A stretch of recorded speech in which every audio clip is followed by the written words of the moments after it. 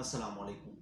دا ځینې ملګري تپوس کوي چې په حروف او انقطاع العمل کې څه فرق دی. نو زه به درته نن خبره کوم په حروف او انقطاع العمل باره کې چې د دې د لګېدو تاسو ته نقصان څه دی او د دې د لګېدو تاسو ته فایده څه ده. نو د ټولو نه اول خبره کوو په حروف باندې.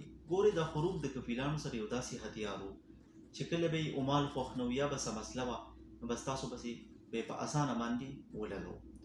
نو اوس د سعودي ګورنمنټ د حروف دا سیستم لږ سخت کړی دی او هغه داسې چې په دې باندې اوس خرچه راځي. مخکې به دا په فری کې لګېدو او اوس په د کفیل خرچه راځي. نو د دې برعکس د انقطاع العمل سیستم راویستی دی. د ټولو نه اول خبره کوو د حروف د نقصان او د فایدې په باره کې. نقصان یې دا دی چې کله هم تاسو ته دا حروف ولګي نو بیا یې د کفیل نه علاوه بل څوک نشي کینسل کولی. مطلب چې تر څو کفیل نه وي کینسل کړی نو هغه نه کینسل کېږي. د هغې د کینسل کېدو بیا دوه طریقې دي. هغه آنلاین هم کینسل کېږي او مینولی هم کینسل کېږي.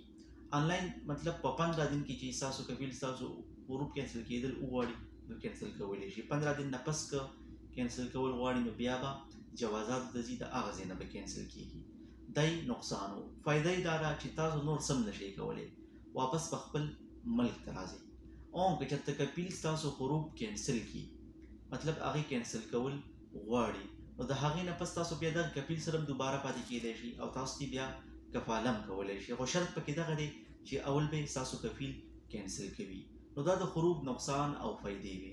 اوس خبره کوو د انقطاع العمل په باره کې.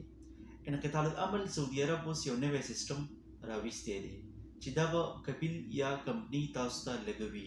نو د دې نقصان دا دی چې بیا دغه کمپني یا کفیل دا نشي کینسل کولی. بس چې یو پیره تاسو ته ولګي نو بیا کینسل کېږي نو.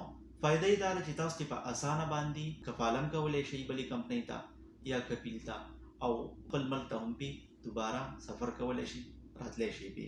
خو زیاتره ملګري داسې دي چې هغه د دې نه په نقصان کېږي.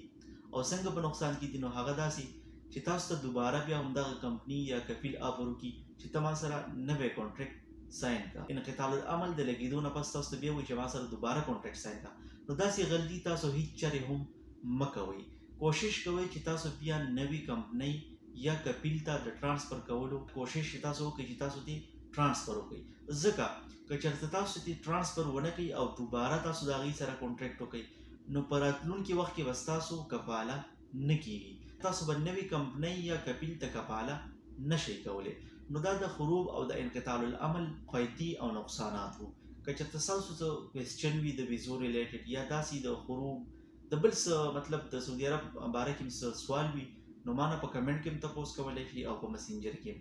زه به کوشش کوم چې تاسو ته انشاءالله جواب درکړم یا به درته په یو نوي ویډیو کې د هغې د ایکسپلین کولو کوشش کوم.